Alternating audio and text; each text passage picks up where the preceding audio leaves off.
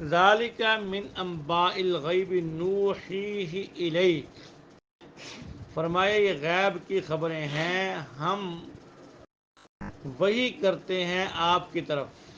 وما كنت لديهم اذ يلقون اقلامهم ايهم يكفل مریم، اور آپ نہیں تھے ان کے پاس اس جب یلقون وہ ڈال رہے تھے اقلامہم اپنے قلمے، ایہم یکفل مریم کہ کون مریم کی کفالت کرے گا۔ وما کنت لدیہم اذ یختصمون، اور آپ ان کے پاس نہیں تھے جب وہ جھگڑا کر رہے تھے۔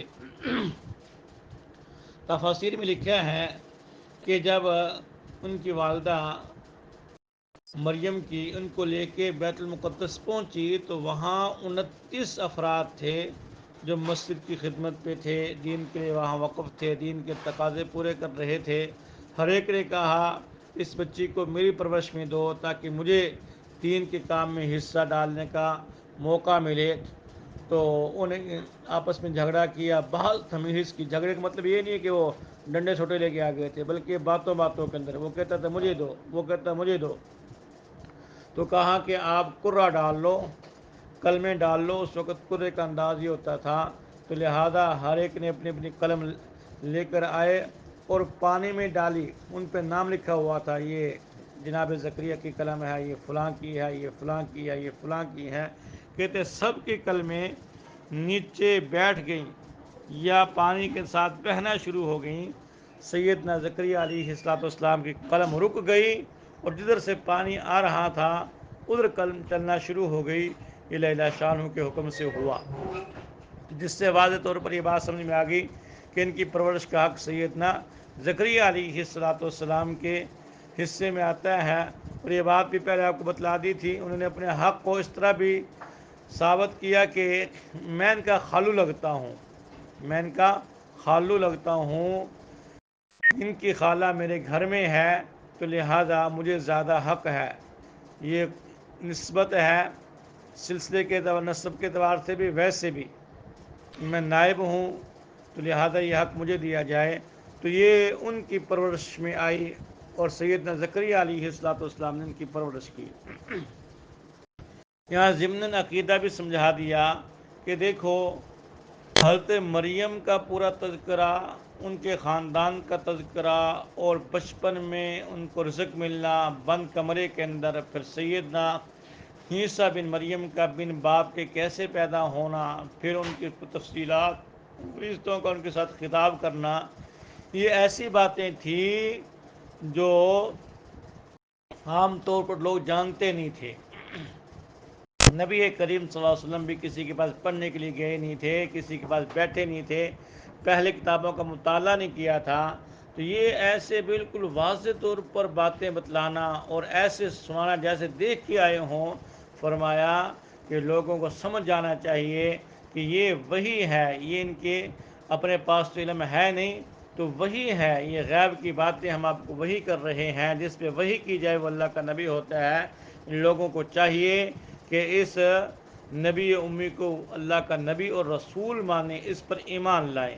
ذالک من انباء الغیب نوحیہ الیک، یہ غیب کی خبریں ہم آپ پر وہی کر رہے ہیں، اور آپ ان کے پاس نہیں تھے جب وہ کلمے ڈال رہے تھے۔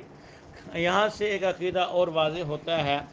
ہمارا عقیدہ یہ ہے کہ اللہ تبارک و تعالیٰ نے مخلوق میں سب سے زیادہ علم وہ اپنے نبیوں کو دیتے ہیں، اور نبیوں میں سب سے زیادہ علم جو ہے وہ نبی الانبیاء، سید الانبیاء، خاتم الانبیاء کے پاس، یعنی ہمارے نبی کے پاس، نبی آخر الزمان کے پاس ہے۔ ان کے علم کے قریب بھی دنیا میں کوئی نہیں جا سکتا، اور آپ کے شان، مقام، مرتبہ بعد از خدا بزرگ، تو قصہ مختصر، اللہ کے بعد اگر کسی کی شان ہے، مرتبہ اور مقام ہے تو میرے آپ کے نبی، نبی آخر الزمان صلی اللہ علیہ وسلم ہے۔ ان کے علم کے قریب بھی کوئی نہیں جا سکتا۔ جو کہے کہ میرا علم ان کے علم کے برابر ہے، وہ تو سوچتے ہی اس کا ایمان ختم ہو جاتا ہے۔ لیکن علم کلی نہیں، ہر چیز کا علم ہو، قیامت تک کیا ہوگا ہر ایک جزیات کے ساتھ، ایسے یہ عقیدہ قرآن کے بھی خلاف ہے اور خود اللہ کے محبوب کے فرمان کے بھی خلاف ہے۔ دیکھیں اس سورہ آل عمران کی جو بھی ہم نے آیت نمبر 44 پڑھی، اس میں کتنے واضح طور پر فرمایا گیا یہ غیب کی خبریں ہیں، ہم نے آپ کو بتلائی، آپ جانتے نہیں تھے۔ پھر لوگ کہتے ہیں کہ نبی کریم صلی اللہ علیہ وسلم ہر جگہ پہ حاضر ناظر ہیں، ہر جگہ پہ موجود ہیں، تو دیکھیں یہاں کتنی وضاحت کے ساتھ کہا گیا وَمَا كُنْتَ لَدَيْهِمْ إِذْ يُلْقُونَ أَقْلَامَهُمْ، وہاں آپ موجود نہیں تھے، وہاں حاضر نہیں تھے۔ تو اس عقیدے کا بھی رد ہو گیا، اور یہ بات بھی سمجھنے کے قابل ہے، اگر اللہ کے نبی کو علم کلی حاصل ہوتا، ہر طرح کا علم حاصل ہوتا، تو اللہ کے محبوب جب کوئی مسئلہ ہوتا تو وہی کا انتظار کیوں کرتے تھے؟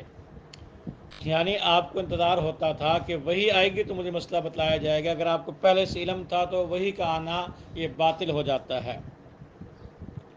اور پھر دیکھیے سورہ انعام کی آیت نمبر 50 میں اللہ کریم نے اتنی وضاحت کے ساتھ اس مسئلے کو بیان فرمایا۔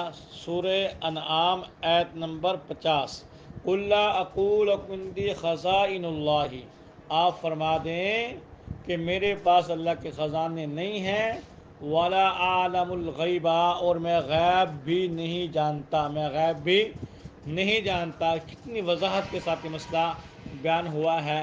اس کے بعد آپ سورہ اعراف کی آیت نمبر 188 کے اندر آ جائیں، اس میں بھی اللہ شانہ نے بڑی وضاحت کے ساتھ 9ویں پارے میں آتی ہے یہ آیت، وَلَوْ كُنْتُ أَعْلَمُ الْغَيْبَ، اگر میں غیب جانتا ہوتا، لَسْتَكْثَرْتُ مِنَ الْخَيْرِ، میں بہت سی بھلائیاں حاصل کر لیتا اور مجھے کوئی پریشانی نہ آتی۔ اللہ کے نبی کے پاس کچھ لوگ آئے اور کہا کہ ہمارے ساتھ اپنے صحابہ کو بھیج دیں، ہمارے علاقے میں دین کی تبلیغ کریں گے، قرآن پڑھائیں گے۔ آپ نے 70 صحابہ کو بھیج دیا، اب وہ لے کے گئے اور دھوکہ کیا، ان صحابہ کو شہید کر دیا۔ اللہ کے نبی کو اتنا دکھ ہوا کہ اللہ کے نبی نے پورا مہینہ صبح کی نماز میں کھڑے ہو کے ان کے لیے بد دعائیں